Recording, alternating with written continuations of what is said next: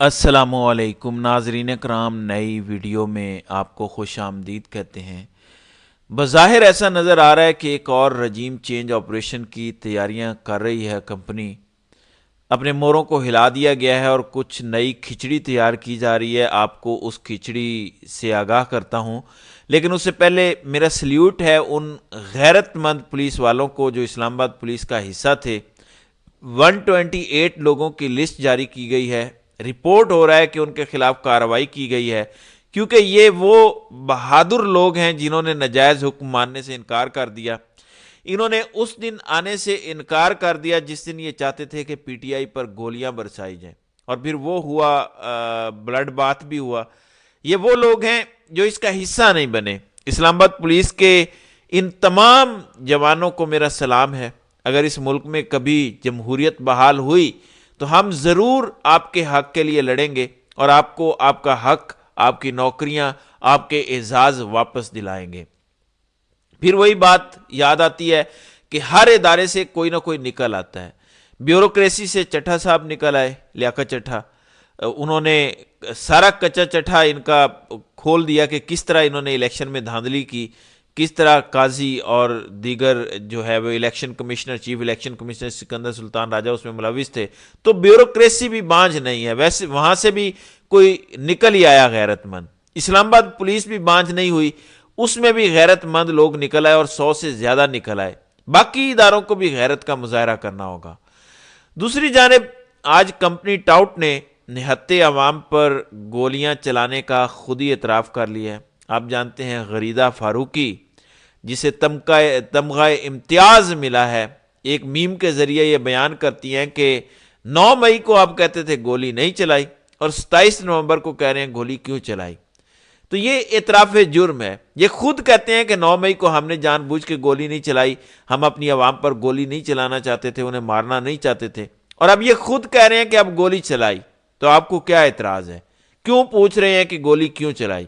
یہ اعتراف جرم ہے۔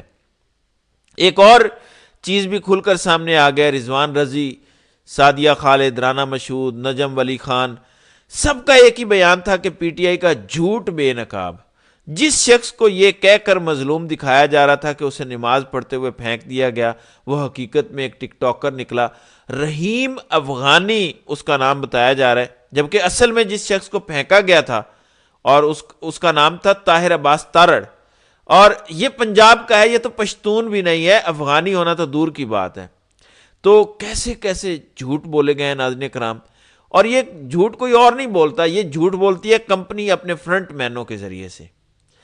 اب ناظرین کرام آتے ہیں آج کی مین خبر پر۔ ایک جانب مولانا فضل الرحمان سے بلاول بھٹو کی انتہائی اہم ملاقات جو ہے وہ ختم ہوئی ہے، اور راجہ پرویز اشرف کا اس ملاقات کے حوالے سے کہنا تھا کہ ملاقاتیں اچھی رہیں۔ یاد رہے کہ اس سے قبل فیصل واڈا بھی بلاول بھٹو زرداری سے ملاقات کر چکے ہیں۔ فیصل واڈا کہہ چکے ہیں کہ وہ سیاسی درجہ حرارت کم کرنے کے لیے ملاقاتیں کرتے رہیں گے، مولانا سے بھی ملاقاتیں کریں گے۔ اسلام آباد میں کئی فارمولے زیر گردش ہیں، لیکن پی ٹی آئی اور عمران خان صاف کہہ چکے ہیں کہ انہیں بہت دھوکے مل چکے۔ جب تک عملی اقدامات نہیں ہوتے یہ جنگ جاری رہے گی، نہ رکیں گے نہ جھکیں گے، بڑھتے رہیں گے۔ تو پی ٹی آئی کے ایک اہم رہنما نے نام ظاہر نہ کرنے کی شرط پر بتایا کہ عمران خان کو قومی حکومت کی دعوت دی ہے۔ مائنس نون لیگ بھی اس آفر میں شامل ہے۔ عمران خان نے موقف اپنایا ہے کہ الیکشن ہوں گے یا مینڈیٹ واپس ہوگا۔ طاقتور حلقے اس ڈیمانڈ کو ماننے کو تیار نہیں ہیں۔ کچھ دنوں تک مزید چیزیں کھل کر سامنے آئیں گی۔ عمران خان کے علاوہ سب اس بات پر متفق ہیں کہ سسٹم یہی چلے گا، آپ گنجائش نکالیں۔ تو دیکھتے ہیں کہ کب تک یہ کھینچا تانی چلتی ہے۔ دو چیزیں ہیں۔ یہ خبر دینے والے کا دعویٰ ہے کہ عمران خان کو قومی حکومت میں شامل ہونے کی آفر کی گئی ہے، اور ساتھ آئسنگ آن دا کیک یہ ہے کہ نون لیگ کو حکومت سے نکال دیا جائے گا، آپ اور پیپلز پارٹی مل کے حکومت بنا لیں۔ یعنی بلاول بھٹو زرداری کو جو سامنے کیا گیا تھا، جو عسکری ترمیم آئی تھی، اس کو جو اس نے پولیٹیکل فیس پرووائڈ کیا، اس سے طاقتور حلقے بڑے خوش ہیں اور اس کو وزیر اعظم بنانے کے لیے تیار ہیں، اور کہا جا رہا ہے کہ پی ٹی آئی کے لوگ اور پیپلز پارٹی ساتھ مل کر حکومت میں بیٹھ جائیں۔ ظاہر ہے پی ٹی آئی اتحادی بن جاتی ہے تو عمران خان کی جیل تو ختم ہو جائے گی، واپس بنی گالا کی رونقیں بحال ہو جائیں گی، لیکن حکومت یہی چلے گی، سسٹم یہی چلے گا، عمران خان اس حکومت کو گرائیں گے نہیں، یہ شرائط ہیں۔ ظاہر ہے عمران خان تو ایسی شرائط ماننے کے لیے تیار نہیں ہے، لیکن نون لیگ کے لیے حالات کتنے خراب ہیں۔ یہ کمپنی کے بڑے قریب سمجھے جانے والے ایک رپورٹر ہیں زاہد گشگوری، یہ جیو کے لیے کام کرتے آئے ہیں، انہوں نے خبر دی کہ جو اموات ہوئی ہیں اس کا سلسلہ 9:29 پر شروع ہوا۔ جن کرداروں کو گولیاں لگیں ان کے نام بتا سکتا ہوں، جنہیں پولی کلینک داخل کیا گیا ان کا ریکارڈ بھی درج کیا گیا اور ان کی وفات بھی ہوئی۔ میں 9:40 تک پولی کلینک میں تھا اور میں نے ٹویٹس بھی کی، 3 دن تک مجھ پر پریشر رہا کہ ان ٹویٹس کو ڈیلیٹ کریں۔ اب یہ بندہ کمپنی کے بہت قریب ہے، یہ بندہ بھی کہہ رہا ہے کہ اموات ہوئی ہیں، میں نے خود دیکھا ہے، میں پولی کلینک میں تھا۔ یہ ناظرین کرام باتیں تب سامنے آتی ہیں جب کسی حکومت کو رگڑا لگنے کا وقت آ جاتا ہے کمپنی کی طرف سے۔ اب آپ فیصل واڈا کے بیانات کو دیکھ لیں کہ نئے چہروں کی ضرورت ہے، اور ہاں بلاول بھٹو ایک نیا چہرہ ہے۔ اور پھر فیصل واڈا کی ملاقاتیں آپ دیکھ لیں، بلاول سے ملاقاتیں ہو رہی ہیں، مولانا فضل الرحمان سے ڈیفرنٹ ملاقاتیں ہو رہی ہیں پیپلز پارٹی کے وفد کی۔ تو کیا سمجھ آ رہا ہے آپ کو کہ یہ ویسے ہی سب ہو رہا ہے؟ بلاول زرداری کو وزیر اعظم بنوانے کی تیاریاں ہو رہی ہیں، اور شہباز شریف محمد بن سلمان سے ملاقات کرنے پہنچا ہوا ہے، اور مجھے لگتا ہے کہ یہ وہاں سے کچھ کروائیں گے، کیونکہ شریف خاندان اقتدار سے پیچھے ہٹ نہیں سکتا۔ یہ وہاں سے سفارش کروانا چاہ رہے ہیں کہ ابھی بلاول بھٹو کو نہ لائیں، ابھی ہمیں ہی رہنے دیں۔ تو اس طرح کے معاملات چل رہے ہیں۔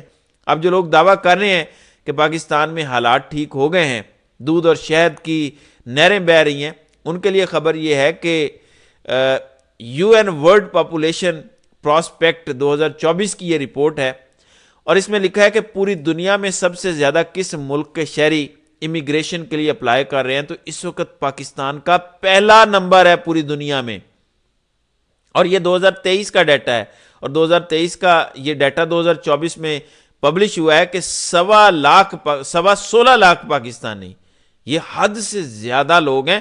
آپ دوسرے نمبر پہ دیکھیں سوڈان، جہاں پہ 14 لاکھ، اور پھر انڈیا جو ہم سے 5 گنا بلکہ 6 گنا زیادہ بڑا ملک ہے۔ انڈیا کے لوگ ہیں جو اپلائی کر رہے ہیں وہ ہے 9 لاکھ، لیکن ہم 16 لاکھ ہیں۔ پھر باقی سارے ممالک کو آپ دیکھ لیں، بنگلہ دیش کی صورتحال دیکھ لیں، مور اور لیس ان کی اور ہماری آبادی ایک جتنی ہے، لیکن آپ دیکھ لیں وہاں سے لوگ بھاگنا نہیں چاہ رہے۔ صرف 4 لاکھ لوگوں نے باہر جانے کے لیے اپلائی کیا ہے، لیکن پاکستان سے لوگ بھاگنا چاہتے ہیں۔ تو یہ حالات ہیں، اور ابھی اگلے سال آپ دیکھیں گے، آپ کو پتہ چلے گا اگر یہ ممالک ویزے بند نہ کریں تو آپ کو پاکستان میں کوئی نہیں ملے گا۔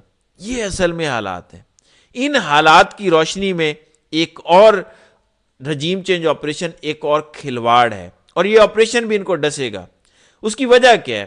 وجہ یہ ہے کہ جب غیر آئینی طریقے سے حکومتیں گرائی جاتی ہیں، جب عوامی طاقت کی بجائے اوپر سے ڈوریاں ہلائی جاتی ہیں، جب بیرونی طاقتوں کی ایما پر ہمارے فیصلہ ساز اس طرح کی حرکتیں کرتے ہیں، تو اس کا نقصان الٹیمیٹلی اس ملک کی عوام کو ہوتا ہے۔ بے شک یہ آپریشن نون لیگ کے خلاف ہونے جا رہا ہے، لیکن میں کسی بھی صورت اس حق میں نہیں ہوں۔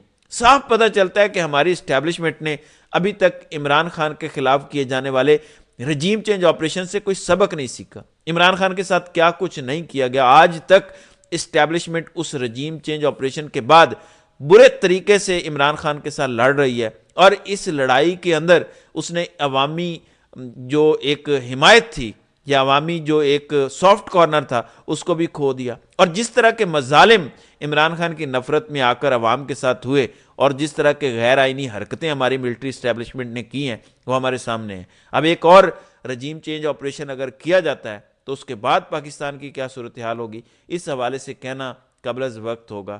تو دیکھتے ہیں کہ اس رجیم چینج آپریشن کے، اگر یہ رجیم چینج آپریشن ہوتا ہے تو اس کے نتائج کیا مرتب ہوتے ہیں۔ تو ناظرین کرام، آپ کی اس ویڈیو کے حوالے سے کیا رائے ہے؟ آپ اپنی رائے کا اظہار کامنٹ سیکشن میں ضرور کیجیے گا۔